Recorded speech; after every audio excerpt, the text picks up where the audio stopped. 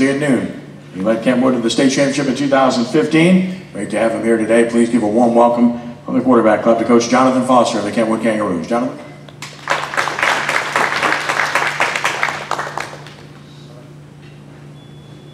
How y'all doing? This is my first time. Just talk about my program first. This is my 14th year at Kentwood, my 5th as the head coach. It's been a pleasure. I was blessed to follow Coach David's career, which had a big impact on my career. He didn't do a lot of talking, he just done a lot of showing to me, and was able to translate that into some victories. And we blessed that Kentwood with a lot of talent. There's no doubt about that, but most of all, I'm blessed with great assistant coaches. I got my assistant coach here, my assistant head coach, offensive coordinator, Coach Blunt, my defensive coordinator, Coach Brown, and also I have a great principal who always supports me in everything I do, Coach Bates, which makes a big difference with my team too. But it's an honor and a pleasure to be here. You know, we on a tight schedule, but I couldn't turn you down 2 years in a row. But yeah, as you know, playing Thursday at 12 o'clock, we got back from Haynesville about 4 that morning, so it's been a week of fumes for me, but I'm ready, I'm excited. It's an honor to be in the Prep Classic. I was able to play in it as a player and as a coach, so it's like this time of year is just a great feeling. Questions for Coach?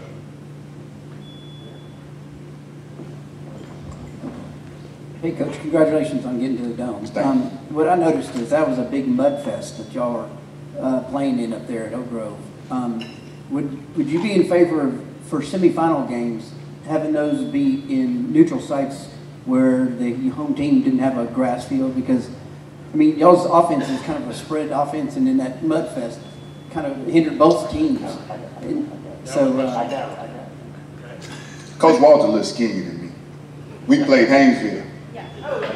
oh, okay, sorry. But I'm going to touch on the question that you asked is, that was still a mud fest. Yeah, it was a mud fest. So, but I got the mud fest mixed up. Yeah, but actually we were blessed though, because we stayed in Ruston Thursday night and it was raining all day, and when we got to driving, it just stopped and it didn't rain no more the game, and so we were blessed. But like, to answer your question, my opinion on this, that like once you get to the semifinals, it should be a good playing surface. I coached in Texas for 2 years. It wasn't a home game. It was a neutral site, or you flip for a home and home. So they didn't have those problems, and everybody had turf at those times. And so for West St. John to lose, I know it was tough on them. But in Oak Grove's defense, you know, I'm not going to change that playing surface either. You know, that's what, you know, you want to be the #1 seed for. You know, so, you know, I can see where Oak Grove was coming from with that too. Coach, over here, can you talk about the trick play on Friday night? And how long have you worked in that? How long have you had that in the oven, kind of sitting there? And could you tell us about Trey Palmer and how good a player he is, and how good a player do you think he'll be on the next level? It's just being recorded. I don't Oak Grove to hear about this trick play. But anybody who watches Kentwood football knows that we love the quick routes, the RPO with the nows and the bubbles. And our team is going to try to take that away from us. They're going to be played aggressive with the safeties and the cornerback. And so what we did was we saw them playing aggressive. Our OC made a great call, and it worked twice because we actually dropped one for a touchdown. And so, you know, that's just some of the plays that you got to put in for your counters when teams going to play you aggressive. But as far as Trey Palmer, Trey's one of the smartest guys that you're going to see. He helped line our kids up. Actually, last week we was going over defense, and he found the mistake that we made. So he's just that type of kid. And when we played Brazil, you know, they had to take him off the field. You know, he was hurt.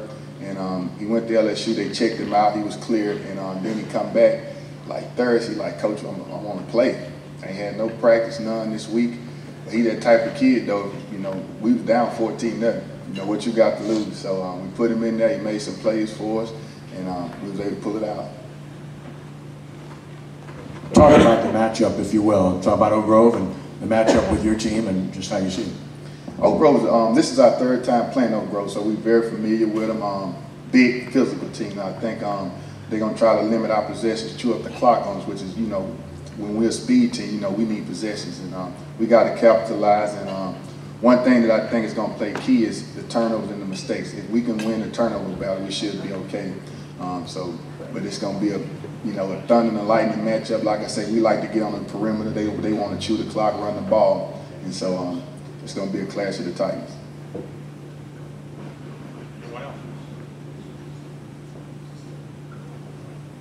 Thank you. And that's Kentwood coming up on Thursday against Oak Grove at noon. Thanks to Coach Foster for making the trip here. I know he's going to have to leave shortly, so if anyone wants to talk to him, please do so now. Well, our next speaker is in his third year as head coach at Warren Easton. He has the Eagles in the Class 4A state championship final against Karr Saturday afternoon at 3:30 in the Mercedes-Benz Superdome. After leading Easton to the semifinals in 2016 and 2017, we'll have the game live on WGSO 9:90 a.m. and WGSO.com Saturday afternoon. Looking forward to it. Please give a warm quarterback club welcome to Coach Jerry Phillips of the Warren Easton Eagles. Jerry, come on up.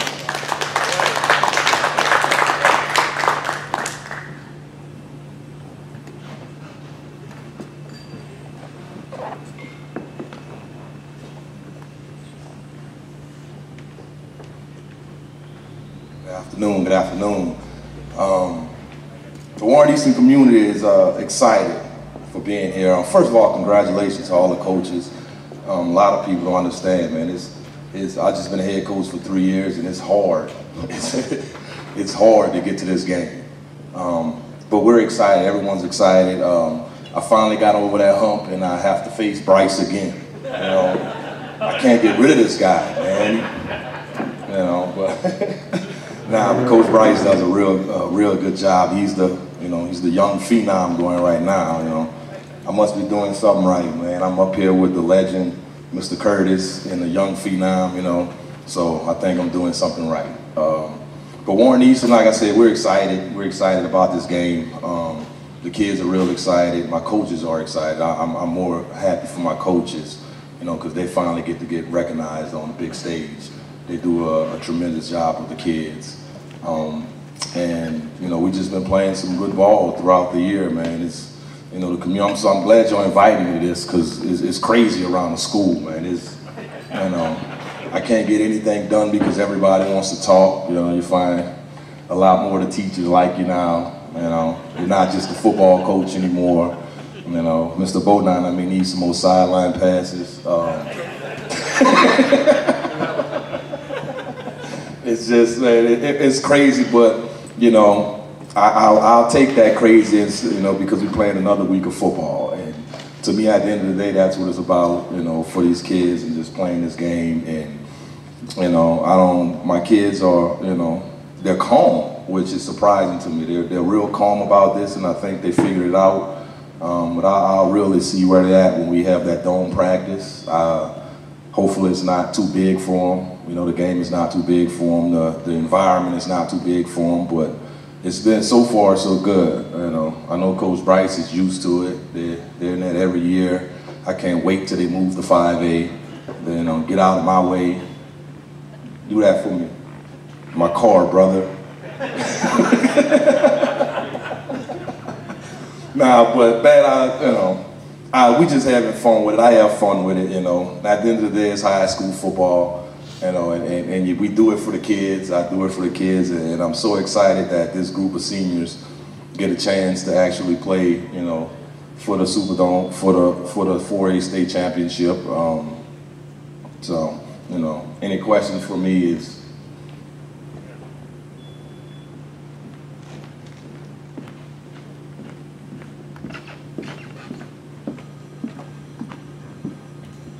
Coach, second time around when you play a team, can you talk about the challenges of, do I change a little, do I change a lot?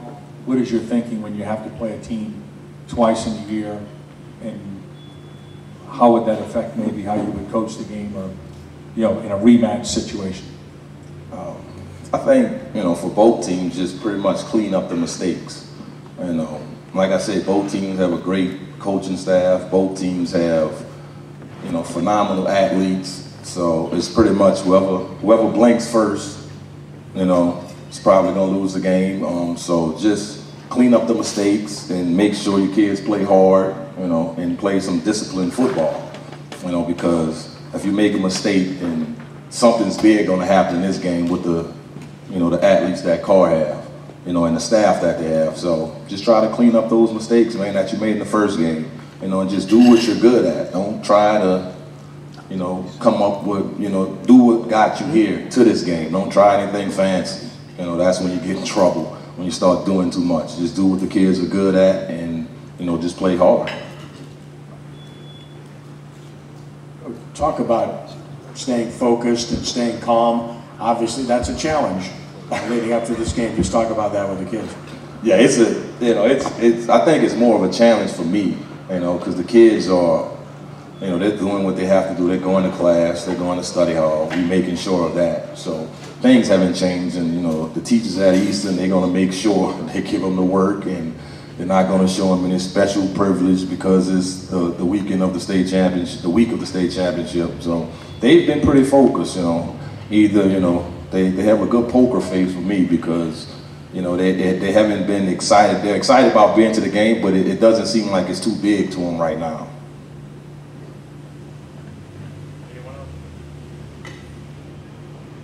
That's it? All right. Thank y'all for having me. Thank you, Coach. Again, that's 3:30 Saturday afternoon.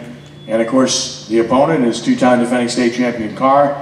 Cougars have won the last two. They've won 29 straight games. And of course, they will be at it again, taking on their familiar rival, those two purple and gold schools. A lot of guys that know each other pretty well, including this guy. Please give a warm welcome to Karr Cougars head coach, Brice Brown. Brice?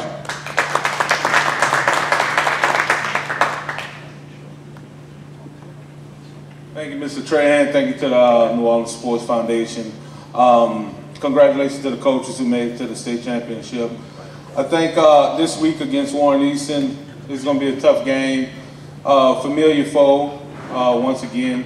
But I think it's good that we're playing them because the best brings out the best in it. So, you know, Coach Phillips does a great job at Warren Easton and his staff. You know, two groups of coaches who really know each other, so it should be fun. Any questions?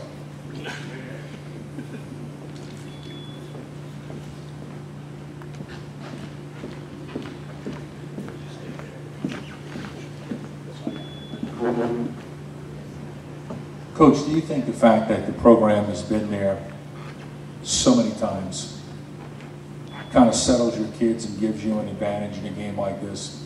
And do you think what wins championship games is anything that different than what wins a big regular season game? To answer your first question, I think, you know, it's different every year that we go because it's a different group of kids. You know, it's a different quarterback, it's a new D-line, it's a new secondary, it's a new offensive line. It's different every year, so, you know, our approach has to stay the same. You know, what we do on week one when we're preparing for St. Paul is the same thing we're doing on Monday or Tuesday when we playing in the state championship. This week, you know, our routine will stay the same, and, you know, we'll get our practice at the same time, and we'll do study hall, and we in the EOCs this week. So, you know, it's different, but, you know, the stage is different, but I think the process stays the same. What did you learn from the first game with these guys, other than the obvious, that they're very good? Anything you take away from it? I think, you know, this is the best opponent we played all year. You know, they know what we do. You know, coaching against Coach Phillips for a long time, even when he was the defensive coordinator against with Coach Tony Hall, who's at Kansas now. But, you know, we're very familiar with each other. But I think this game is a testament to how good the football is in the city of New Orleans also. I think, you know, so many things divide us. I think this game should really bring us together in the Dome, where the East Bank and the West Bank of New Orleans should come together and really celebrate the kids and what they have accomplished this season. Anyone else? Thank you. Thank you, Brice. Again, 3:30 Saturday afternoon. Warren Easton and Karr. It's in his fourth season at Amite, led the Warriors to the Class 3A title game in 2016, and as they meet in the Class 2A championship game Friday at noon in the Mercedes-Benz Superdome against Welsh, which should be an excellent football game. Please give a warm quarterback club welcome to Coach Zephaniah Powell of the Amite Warriors.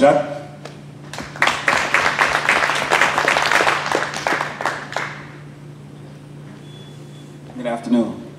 First and foremost, thank to this fantastic foundation of having me here.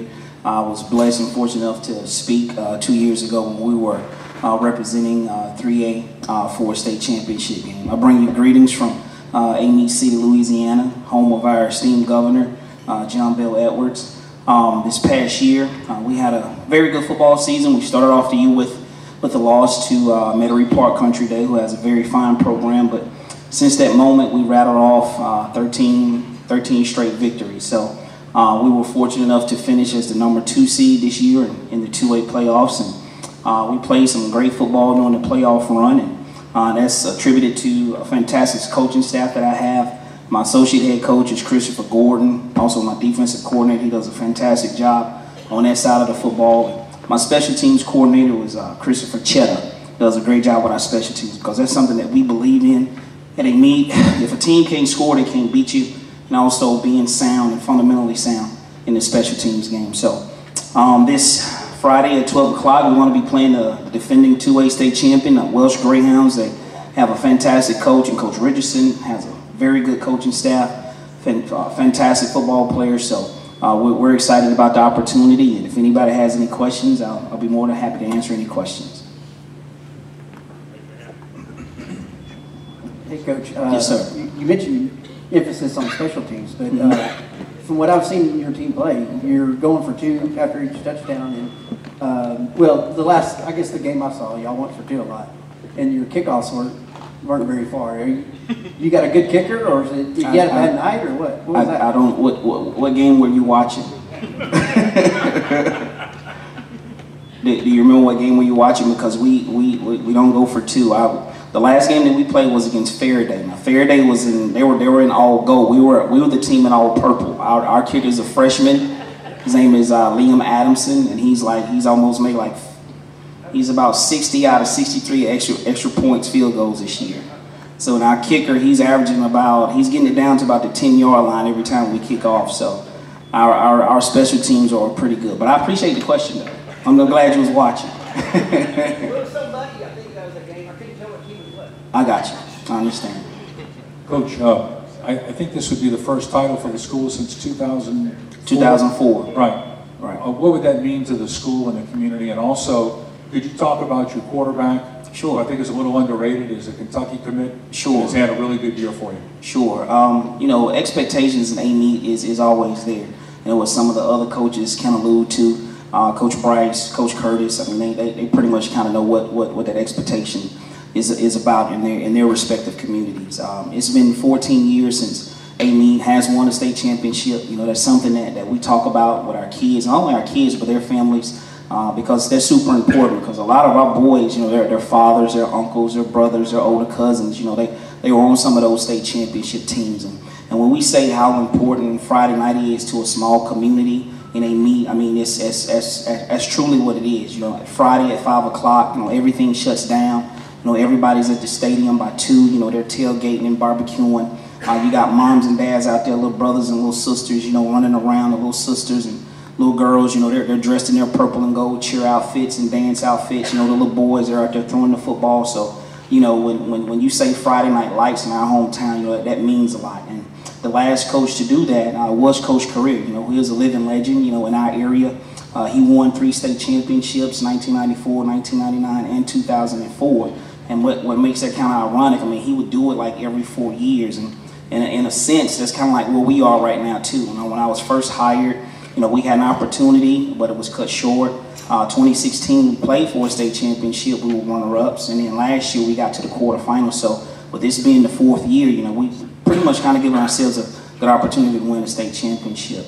My quarterback, Amite, like you said, and we feel that he's probably one of the most underrated players, not only in our state, but in America. He's a left-handed kid. He's about 6'3", 210, 215, and he'll probably be a high baseball draft pick as well. He's committed to the University of Kentucky right now. If the commitment holds up, if it stands, I mean, in my opinion, they're going to get one of the best football players in the state. He's had a phenomenal year for us, both running and throwing.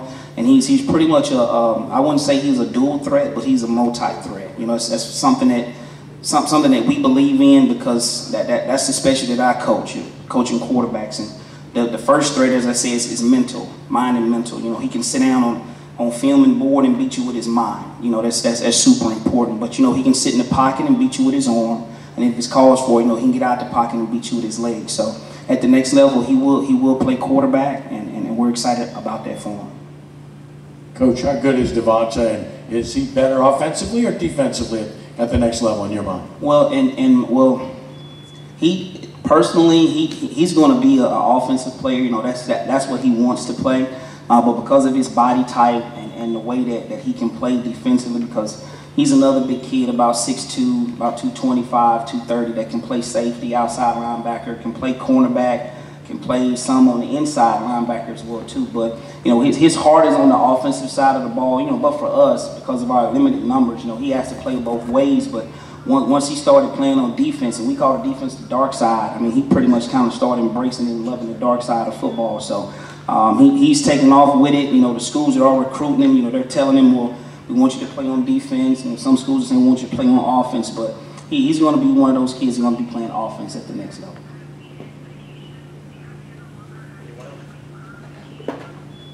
Thank y'all so much. Y'all have a great afternoon. They meet in Welsh. Should be an outstanding football game. We look forward to seeing that one in the Mercedes-Benz Superdome. 50 years, right? 50? Yeah. Hey, when that happens, man. I won't tell anybody. It's won 26 state championships, most in Louisiana history on the field, and has its Patriots in the Division I championship game Saturday at noon in the Mercedes-Benz Superdome against Catholic of Baton Rouge in a rematch of last year's title game. Please give a warm welcome to Coach J.T. Curtis of John Curtis Christian. Thank you. It is a pleasure to be here. Obviously, means that you're playing for a state championship. I think one of the things that we have all kind of come to talk about is we have a lot of repeated guys that are back to play. But I really think that one of the things we lose in this is to recognize what an honor it is to be playing for a state championship. I don't think there are any losers in a state championship. You're talking about two teams that have fought their way through the regular season into the playoffs, and now their teams are getting to play for the highest honor that our state has to offer in probably the finest facility. I know the people in Texas might argue it, but what I think is the finest facility in the country. And it's put on very, very well. Our kids are treated well, and it's a great experience for them. So I don't ever look at you've lost the game. You're a winner because you're there. The games are sometimes decided by a break or by a missed pass or a missed punt or a special teams error. But all those kids that are playing in that game are winners, and I think it's important that we keep that in mind. We are going to rematch with Catholic, who is a very good football team. Their only loss this year was to U-High, that's going to play for the state championship, and they have beaten the Zachary team that's going to play in a 5A state championship. But all of them were close, very competitive games. Catholic High, as you know, has great tradition in Baton Rouge. Coach Dale Weiner was there for a number of years, and then Coach Fatita took over from his staff, and it's just added to the foundation that Coach Weiner presented him with when he took over. Senior quarterback that is back, who is an excellent player. He played well in the game last year and has played well all season for them. Their defense is very aggressive. Their offense is one that is multiple formations, try to get you outnumbered with motions and with moving in sets, and then try to take advantage of it. Our responsibility is to try to have our defense in a position to be able to play and play fast, and offensively be able to do things that are going to control the line of scrimmage and maybe put the time of the clock on our side a little bit to keep their offense off the field. Usually in games like this, though, it'll come down to some kind of special team play. It'll be something that either you make an error, or they make an error, or there's a penalty in a special team play that will cost you. I think everybody that saw the Alabama-Georgia game questioned why in the world would he have faked a punt? Because he was trying to win the game. You know, he was trying to win the game. He did what he thought was best in special teams. And oftentimes these games are decided by some decision that is made in a special team play. So I think the team that can execute in those areas will certainly go a long way to give them a chance to win the game. I'll be glad to answer any questions. I know we're going long, but I'll be happy to answer any questions anybody has. Raise your hand if you have a question. Y'all take this question tongue in cheek now, okay? That's not nice. Can you talk about the Catholic team you played last year? How much different they are this year? And then the controversial kick that went into the end zone that everybody was going crazy over. And the fact that you didn't win last year, does it motivate your club even more? Can that help you in a game like this, or is that overrated? Well, I think it's a little overrated. Now, certainly these kids remember the game last year. I mean, most of them participated in this game last year. But the bottom line is that you've got to be prepared, and you've got to go out there and you've got to play. I tell them that the emotional part of the game lasts until the first time you get your helmet turned sideways, or you have to run 100 yards down the field to catch somebody from behind and you're out of breath. And then you have to get back into playing the game the way it's meant to be played, fundamentally sound. The play last year, as it turns out, was a right call. I don't know if anybody in the stadium knew it was a right call except the guys who were on the field. And I didn't know you could muff a punt 3 times, but you can. And if it's recovered in the end zone, it's their ball going to the 20. And that's what happened. And so it was a big play in the game. And I hope that we can stay away from things like that on both sides, because you'd like the game decided on who wins the line of scrimmage and who makes the big plays. But that was certainly something that was controversial and very disappointing to us. A real plus for Catholic. They're all for that rule. I get it. This Catholic team is very typical of what they have been. They really have not changed what they do. They're going to be a multiple formation team. There are a lot of motions, a lot of movement of the receivers to get you outnumbered. And I think their advantage is their quarterback has now been doing it for 3 years. And of course, again, he played lights out last year against us, threw the ball really well, and had one big play in the passing game that was the deciding factor. So it's very similar. I think we have a good idea what they're going to do. They certainly have a good idea what we're going to do, and I think it's going to be a heck of a football game, as I think all of these games are going to be. I'm anxious to see if I'm standing up Karr and Warren Easton. I mean, I think you're looking at 2 well-coached football teams with really fine athletes, and certainly I'm anxious to see West Monroe come into town and play against offensive machine like Zachary. So I think we have a great lineup coming up, and I think it's going to be a banner year for high school football. Coach Curtis. Yes, ma'am. I'd be glad to take this lady's question, but you can go first, Coach. Go ahead. You got it. Go ahead. Coach Curtis, you're a giant, not only in Louisiana high school football, but throughout the United States of America. You've also been a foundational piece for the development of a lot of young men. My question to you from a young coach, what's still the motivation? The kids, watching the faces of those young people be excited, watching them work through disappointment, watching them grow as young men and young women. I was just so proud to see our scholar athletes today and what they have accomplished. To have them come back and tell you that you've made a difference in their life, your program has made a difference in their life, both spiritually and mentally. I've had so many young men say to me, Coach, I'm successful in my business because I just outwork people. They'll say it's amazing to me how many guys can't work or won't work or find reasons or excuses why they can't do. We want our people to find reasons that they can do. And those reasons are not always easy, but it's what our responsibility is. And, I obviously get asked about the 50 years. I know that's a long time. I got to be really honest with you. My wife and I were talking about this the other day. It seems like 5. It seems like 5. And the only time it's different than that when those guys walk up to tell me hello and their hair's all gray. Then I know it's not 5 anymore. But it has really been an enjoyable experience. I love what I do, and I will say this publicly as I have said privately. The day that I can't do it enthusiastically, the day that I can't do it without vigor, the day that I won't be an example to those young people, I'm going to apply for a job with Eddie. Yes, ma'am.